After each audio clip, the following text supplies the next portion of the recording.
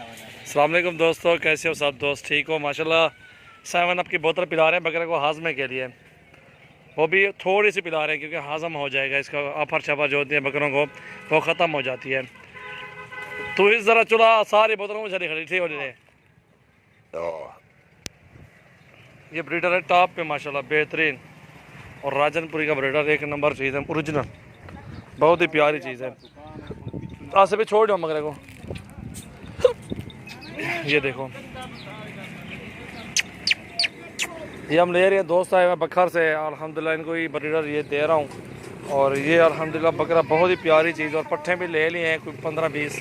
और ये उनके लिए ब्रीडर ले रहे हैं, एक नंबर ओरिजिनल बेहतरीन। ये माशाल्लाह पसंद आया हुआ है दोस्तों को, इंशाल्लाह देखते हैं क्या बनता है। बहुत ही प्यारी चीज़ है माशाल्लाह बकरा, अल्हम्दुलिल्लाह ब्रीडर है। आंडू ब्रीडर बकरियों के लिए जितनी भी अच्छा ब्रीडर लेंगे नस्ल उतनी ही अच्छी इंशाल्लाह आएगी बकरियों से इंशाल्लाह। बहुत ही प्यारी चीज़ माशाल्लाह, ये देख सकते हैं आप माशाल्लाह, हीरा है हीरा।